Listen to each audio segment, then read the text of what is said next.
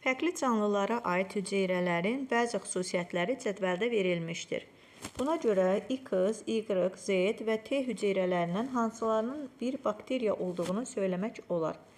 X hüceyrəsinə baxsaq, plazmidi yoxdur, hüceyrə divarı yoxdur, xlorofil və xloroplastı yoxdur, yalnız lizosomu vardır.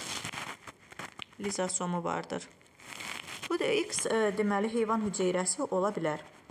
Y-a baxsam, Y-ın plazmidi varsa bu bakteriya hüceyrəsidir. Hüceyrə divarı demək bakteriyada olur.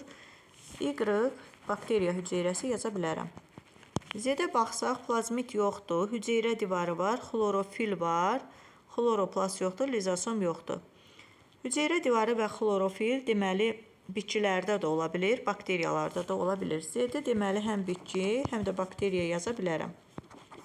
T-yə baxsaq, hüceyrə divarı var, xlorofili var, xloroplastı var. Bu yalnız bitki hüceyrəsidir. Deməli, T də oldu bitki. Bizdən soruşurdu ki, bir bakteriya olduğunu söyləmək olar. Y-la Z-dir. Doğru variantımız A variantı olmuş olur.